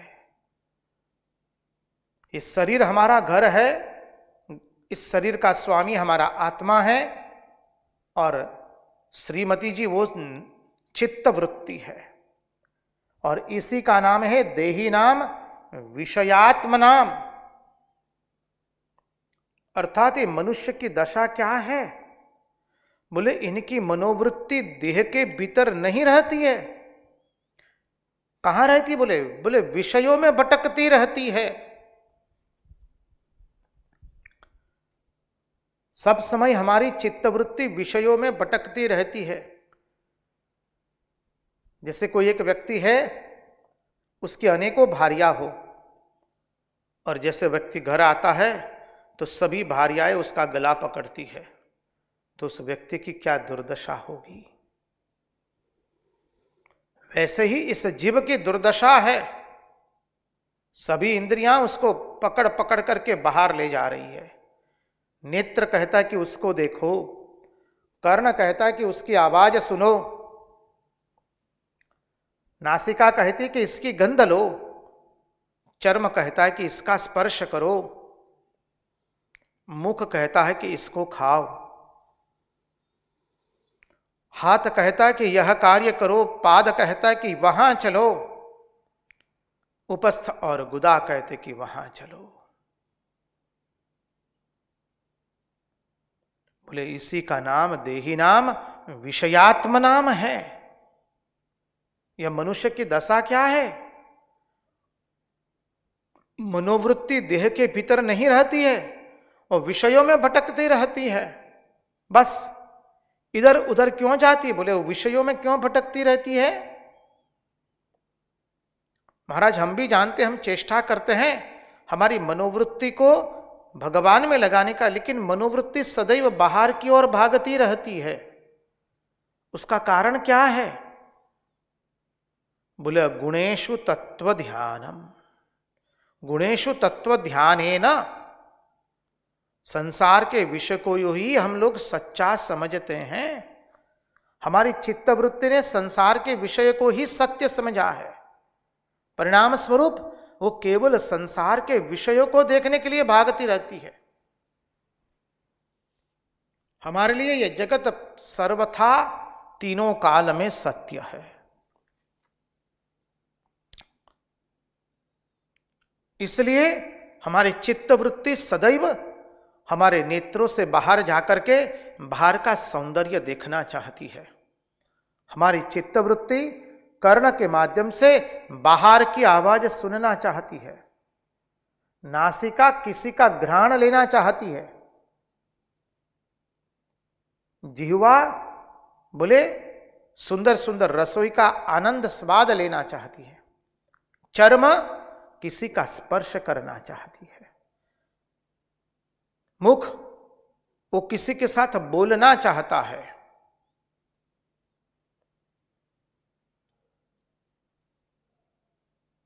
हमारी चित्तवृत्ति ऐसी हो गई है। इसलिए कहा, देखिए पहले के माता पिता अपने संतान को सिखाते थे कि धर्म ही सब कुछ है। अभी जो माता पिता है उन लोगों को ठीक से मालूम होगा कि अभिभावक, उनके जो अभिभावक थे उन्होंने क्या सिखाया था? बेटा धर्म का ही पालन करना, धर्म ही श्रेष्ठ है। 60-70 साल पहले तो यही सिखाया गया। और आज के वर्तमान युग का जो अपने आप को आधुनिक मानव कहता है, वह माता पिता अपने संतान को क्या सिखाती है? बोलो बेटा भोग ही सब कुछ है। फर्क कितना है? पहले के माता पिता सिखाते थे बेटा धर्म ही सब कुछ है, वर्तमान में माता पिता कहते बेटा भोग ही सब कुछ है। ऋणम कृत्वा धृतम पिबेत, चार्वाक का सिद्धांत। ऋण करके भी घी पीना ही चाहिए। बोले भोग ही सब कुछ है। क्यों? बोले गुणेषु तत्व ध्याने न। मन को यह समझाया गया है कि संसार के विषयों में ही सच्चाई है। ये जो संसार दिखता है वही सत्य है। Eat, drink, be merry and produce children, that is the goal of life. यह सिखाया गया। खाओ पियो मौज करो और संतान को जन्म दो, बस यही जीवन का लक्ष्य है। बोले इसके अतिरिक्त और कुछ जीवन है ही नहीं। कैसे भी बोले अच्छे अच्छे भोगों को तुम प्राप्त करो। इतने भोग हमने भुगते, क्या हमको भोग भुगतने से कभी शांति मिली? कतई नहीं मिली है। इतने व्यंजन खाए, क्या व्यंजन खाने के बाद कभी हमको शांति मिली है? बोले नहीं मिली है। कैसे पता चला नहीं मिली है? वही व्यंजन पुनः पुनः खाने की इच्छा होती है, वही भोग पुनः पुनः भुगतने की इच्छा होती है। अरे भोग न मिले तो मनुष्य मानव आकुल व्याकुल हो जाता है, उसके लिए न जाने क्या करता है वो। किसी की हत्या तक कर देता है, स्वयं की हत्या तक कर देता है, क्योंकि भोग भुगतने को मिले नहीं। भोग के प्रति ये तृष्णा दिन ब दिन बढ़ती जाती है। मानव के मन में वही प्रतिफलित करता है कि मानव को भोग भुगतने से तृप्ति नहीं मिली है, शांति नहीं मिली है। हम लोग सोचते हैं कि विषयों में ही आनंद है, विषयों में कतई आनंद नहीं है। हम सब लोग जगत के भोग को भुगतने आए हैं। सोचा था जब हम युवान थे, we will enjoy the world, but the greatest tragedy is we are being enjoyed by the world. हम लोग सोचते थे, हम जब युवान थे बोले जगत का भोग करेंगे, लेकिन दुर्दशा देखिए, जगत ने ही हमारा भोग कर लिया है।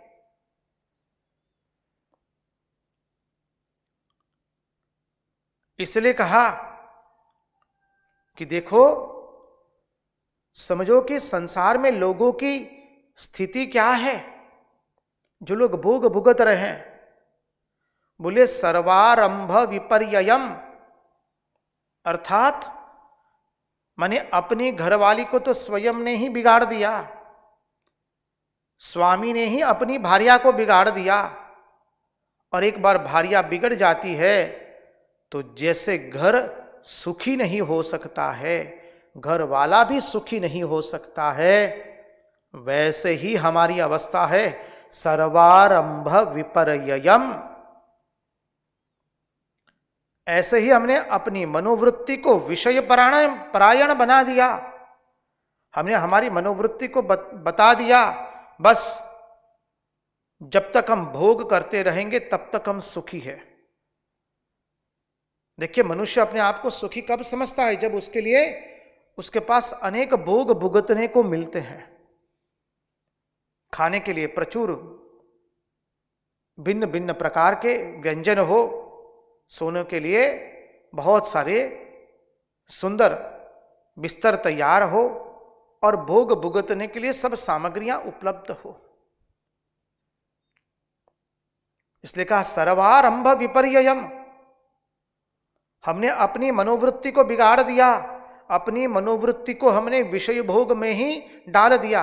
अपनी मनोवृत्ति को हमने केवल यह विषय ही सत्य है ऐसा समझाया, और परिणाम स्वरूप क्या हुआ? घर भी सुखी नहीं रहा, घर वाला भी सुखी नहीं रहा, और हमारी चित्तवृत्ति तो बाहर चली गई।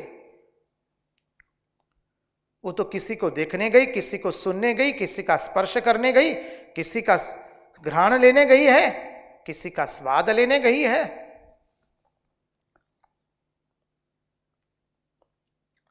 तो बोले ये शरीर भी सुखी नहीं रहा, भोग से शरीर भी क्षीण हो गया। शरीर मानिए ग्रह, ग्रह मानिए शरीर, गृह। तो गृह हमारा जो था वो पूरा क्षीण हो गया। भोग करते करते हमारा शरीर पूरा क्षीण हो गया, और घर का स्वामी भी दुखी है, आत्मा भी दुखी है, और घरवाली बोले वो तो नदारद हो गई है। ऐसे ही जब मनुष्य अपने मनोवृत्तियों को विषय परायण बना देता है तो उसकी वही दुर्दशा होती है। कोई देही सुखी नहीं है, और कोई देही सुखी रह सकता नहीं है।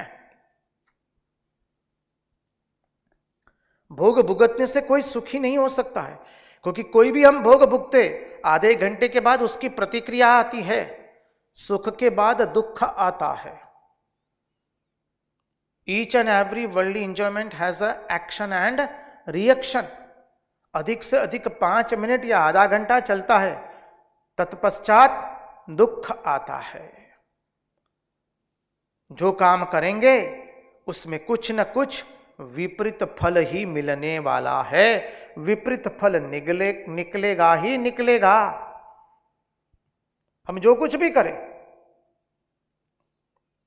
अतः बोले इस मन और देह को छोड़कर, आत्मा को छोड़ करके, मूलतः देखें तो आत्मा को छोड़ करके हम विषयों में ही हमने खेलना शुरू कर दिया, विषयों में ही हमने भोग लेना शुरू कर दिया, विषयों में ही हमने आनंद प्राप्त करना शुरू कर दिया। बोले पूरी साधन क्या है? बोले हमारा मन कहीं बाहर न जाए, हमारा मन स्वस्वरूप को छोड़ करके कोई विषयों में प्रवृत्त न हो, यही साधन है।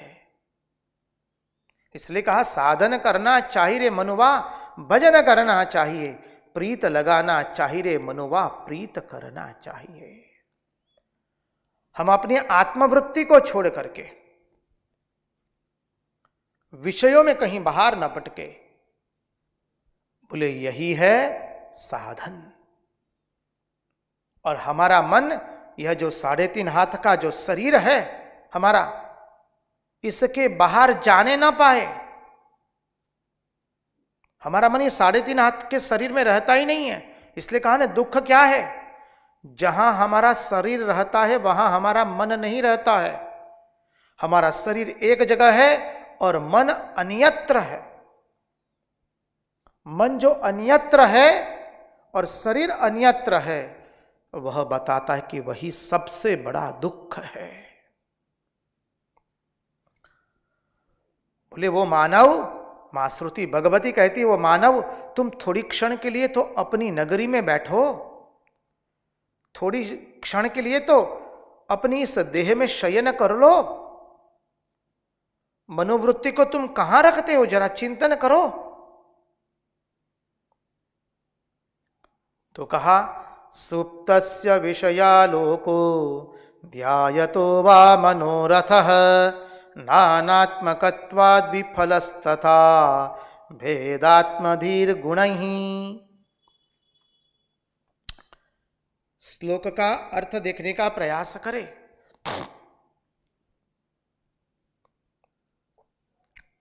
सुप्तस्य विषयालोको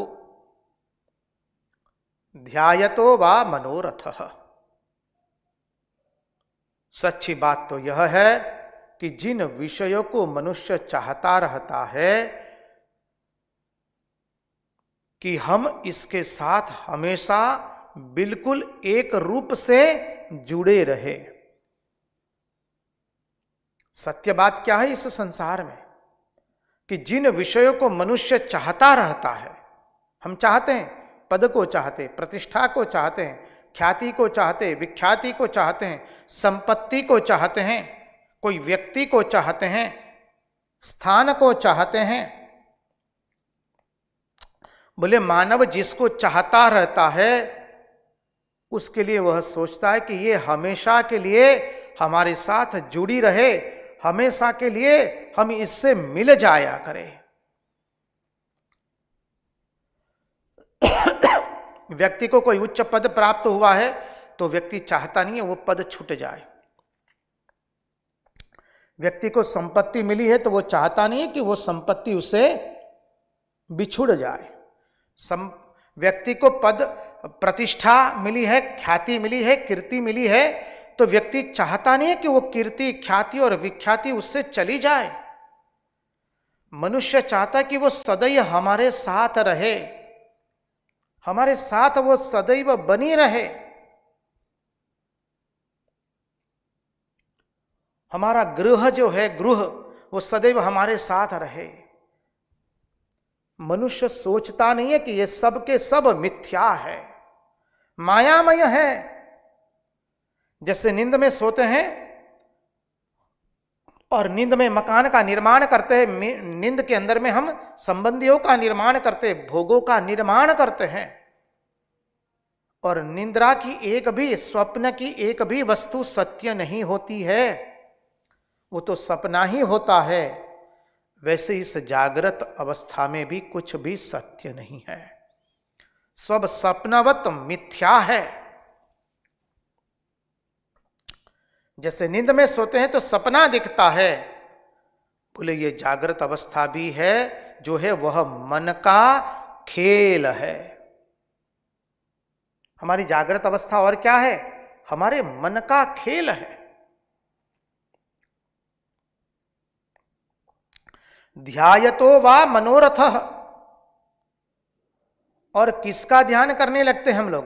जिसके साथ, जिसके बारे में हम बड़े बड़े मनोरथ करते हैं, उसी का हम ध्यान करने लगते हैं।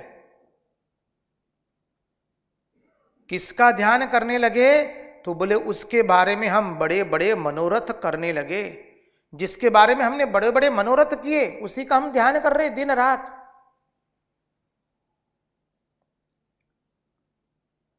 हमारा बेटा ऐसा बनेगी, हमारा बेटी ऐसी बनेगी, हमारे संबंधी ऐसे बनेंगे, हमारे मित्र ऐसे बनेंगे। परिणाम स्वरूप क्या हुआ? नानात्मक फलात्वात् नानात्मकत्वात् द्विफलात्मा, नानात्मकत्वात् द्विफलाः, क्षमा कीजिए, नानात्मकत्वात् द्विफलाः। न सपने में एक रूपता होती है और न मनोरथ में एक रूपता होती है। कहीं एक रूपता नहीं होती है। सपना हम कुछ और देखते हैं और हमारे मनोरथ कुछ और होते हैं, और जागृत अवस्था में कुछ तीसरा ही होता है। यह हमारा जो मन है वो कहीं एक जगह टिकता नहीं है, प्रतिपल कूदता रहता है, यहां से वहां, वहां से यहां, नाचता रहता है, एक स्थान को छोड़कर के दूसरे स्थान में जाता रहता है। हमारा मन कहीं एक जगह टिकता नहीं है। 2 दिन वह प्यारा लगता है तो दूसरे 2 दिन दूसरा कोई प्यारा लगता है। अभी बोले ये संतान अच्छी लगती है, उसके बाद बोले वो संतान अच्छी लगती है। अभी ये व्यक्ति अच्छा लगता है तो 2 दिन के बाद दूसरी व्यक्ति अच्छी लगने लगती है। 2 दिन इस व्यक्ति पर विश्वास कर लिया तो बोले 2 दिन दूसरी व्यक्ति पर हमने विश्वास कर लिया। जिसके ऊपर विश्वास किया था पूर्व में, आज उसके ऊपर विश्वास नहीं है, और जिसके ऊपर अविश्वास करते थे भूतकाल में, आज उसी के ऊपर हम विश्वास कर रहे हैं। पहले कभी यह प्यारा लगता था, अभी ये प्यारा लगने लगा। देखिए हमारे जीवन में यही सब घटनाएं घटित हुई है। क्यों? बोले अब यह कल्पना करो कि जैसे सपने में मन यहां से वहां भाग रहा है, यहां से वहां सपने में हमारा मन दौड़ रहा है, दौड़ता होता है, कूदता रहता है, वैसे ही जागृत अवस्था में भी हमारा मन यहां से वहां कूदता रहता है। आज ये व्यक्ति अच्छी लगी तो कल दूसरी व्यक्ति अच्छी लगेगी, कल दूसरी व्यक्ति अच्छी लगती थी तो आज यह व्यक्ति अच्छी लगने लगी। सब समय हम कुत्ते लगाते रहते हैं, जागृत अवस्था में भी। स्वप्न में जैसे कुत्ते लगाते हैं कूद के, वैसे ही जागृत अवस्था में भी हम कूदते रहते हैं। आज ये मित्र अच्छा लगा तो कल दूसरा अच्छा लगा, आज ये घर अच्छा लगा तो कल दूसरा घर अच्छा लगता है, आज ये पद अच्छा लगा तो कल दूसरा पद अच्छा लगता है, आज ये विख्याति अच्छी लगी तो कल दूसरी किस्म की ख्याति विख्याति अच्छी लगना लगता है। जैसे स्वप्न में भी हमारा मन कूदता रहता है, वैसे ही जागृत अवस्था में भी हमारा मन कूदता रहता है। इसलिए कहा, क्या कहते हैं शास्त्र, माश्रुति भगवती कहते हैं, नानात्मक के कारण ही ये जगत कैसा है, नानात्मक है, बहुरूप है, अनेक विध रूप है इसमें। बोले जगत नानात्मक होने के कारण ही, बहुरूप होने के कारण ही एक ही इंद्रिय से सारे भोग भुगतने की इच्छा नहीं होती है। इतनी सारी इंद्रियों से जगत के भोग करने की इच्छा क्यों होती है? क्योंकि ये जगत कैसा है, नानात्व है, बहुविध है। उदाहरण के रूप में बोले कुछ देर हम सुनते रहते हैं, मोबाइल में लोग गाना सुनते हैं, सुनते रहते हैं, 1 घंटा सुने, 2 घंटा सुने, बस बोले बंद कर दे। बोले अब अच्छा नहीं लगता हमको सुनना। अच्छा अब सुनना अच्छा नहीं लगता, बोले ना अब तुम कुछ देखेंगे। बोले यूट्यूब पर कोई सीरियल देखेंगे, सत्संग देखेंगे, दूसरा कुछ देखेंगे। तो वो भी 2 घंटा देखा, 3 घंटा देखा। बोले ना अब हमको देखना और सुनना अच्छा नहीं लगता, हम तो अब चखना चाहते हैं, अब कुछ खाना चाहते हैं, कुछ खान पान भी तो करना है ना जी। अब खान पान कर लिया, बोले ना अब हमको खान पान नहीं अच्छा लगता। बोले 1 घंटे तक खाओ। बोले ना हम खा नहीं सकते, हमको 15 मिनट में खत्म हो जाता है। तो बोले अब क्या करना है? बोले हमको निद्राधीन होना है।